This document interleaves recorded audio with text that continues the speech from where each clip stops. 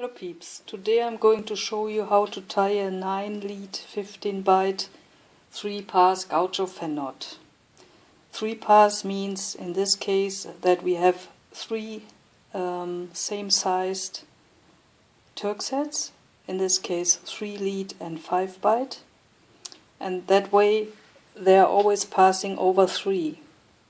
They are passing over 3 in the middle and under 3 and on the left byte side.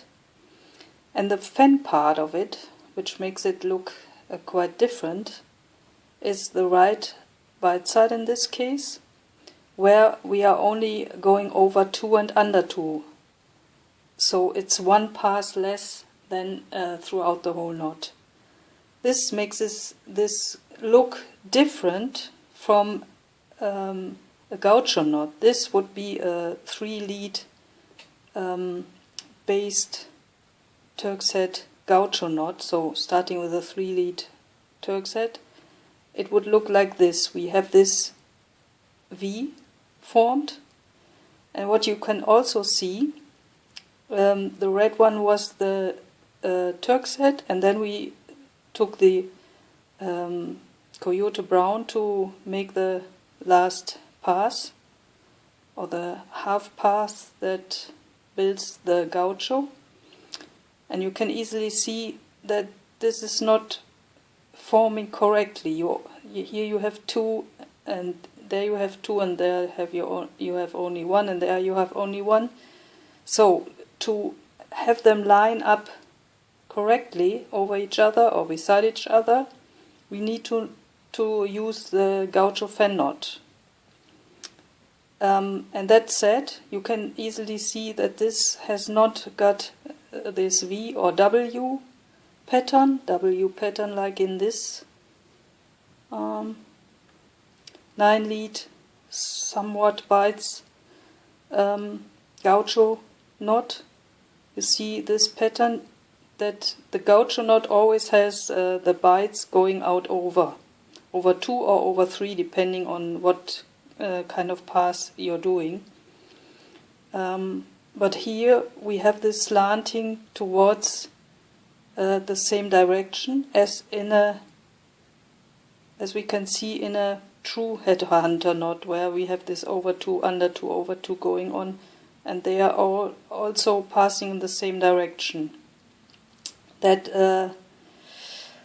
means that Tom Hall says something like this should be called a headhunter fan knot in a way, because this side goes under instead of out over, but this is all too complicated, and he decided that he calls them the Gaucho Fan knot when they're based on odd lead base Turksheads. So that said, let's start with our first 3 lead 5 byte knot.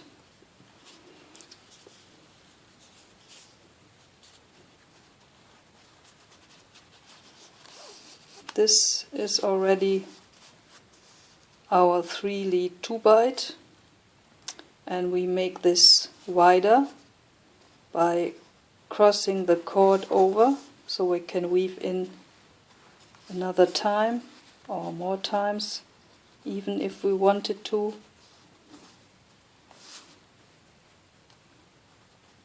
And so when we put the working part in beside the standing part, we have a 3 lead 5 byte 1, 2, 3, 4, 5 3 lead 5 byte Turkshead. So now we are beginning to interweave our first pass. Of course, we can also, instead of doing a 3 pass knot, when we are finished with this one, we can use this as a standalone. You can make a bigger base knot or whatever. So we're starting in the same way as we would start with a gaucho knot. We start above, or you could say left of, our standing part here. We could do this throughout the knot. We could just choose any point of entering. This is not necessary to do it all at the same place, but I would like to have my fusion of all these chords at the same place, and to make it easier to see where we started. So, in a normal gaucho knot, we would, or Spanish ring knot, this one, the small ones are the Spanish ring knots, we would leave the knot going out over 2 here and going in under 1 here, which would then result in us following the same standing part that we have followed in our move upwards. We would follow the same one and then go out over 2 again. That would be if we did the gaucho routine.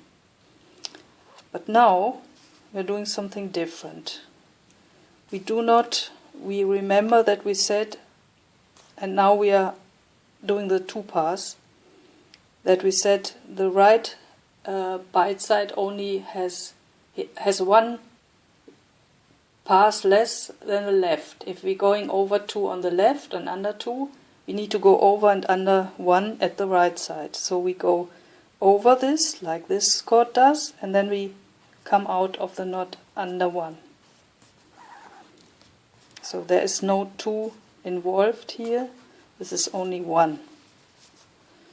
And as we now enter the knot differently, we do not come out in under, because now we come out under, we go in over, we change the chord that we are following or imitating, because we're always, when we say we're following the chord, we do what the chord does.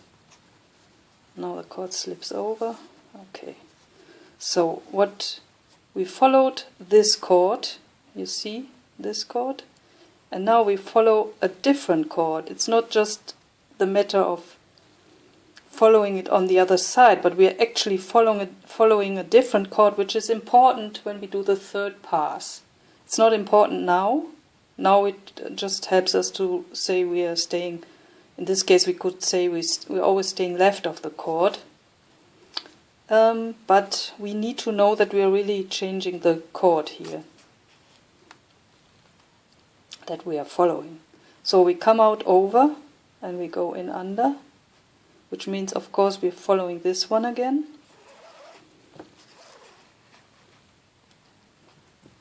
And as we want this under 1 and over 1 on the right side, we go over and then go out under here.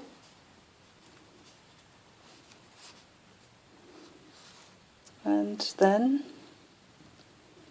we come out under. When we come out under, we need to go in over and follow the one that is above us.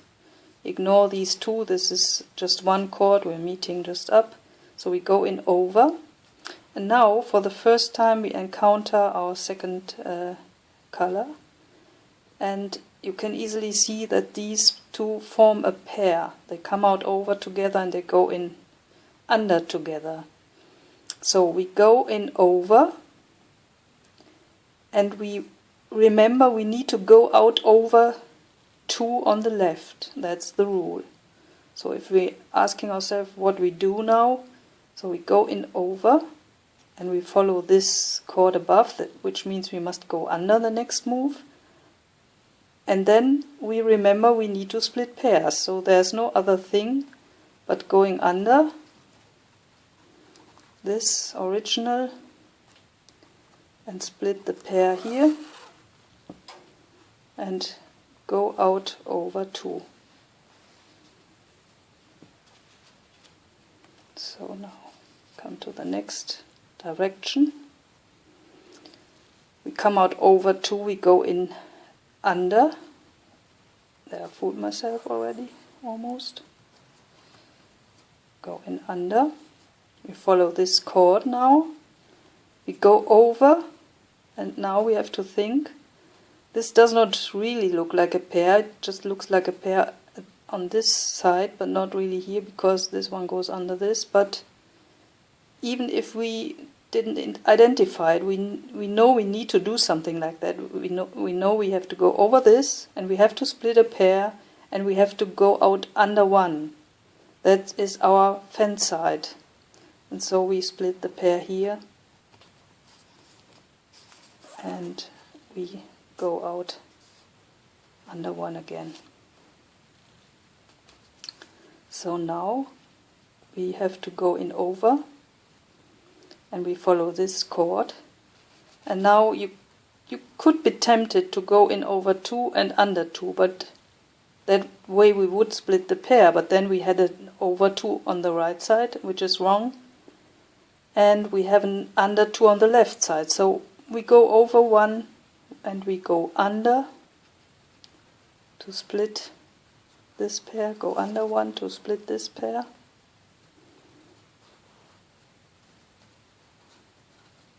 It's all a bit loose, but it needs to stay loose. And we go out over 2 here. It looks a bit funny, and one can irritate oneself quite easily there. You just then have to concentrate, and all will be well. So here we are already, this kind of stuff. Needed to push this over again. Come out over 2, we go in under 1, and we need to go over 2 and come out under 1 here. This is all a bit loose with this loose ends. So just ignore this one. So here we now, you see this is a pair, this is a pair. We go in over now, split this pair, because we always want this over 1 under 1.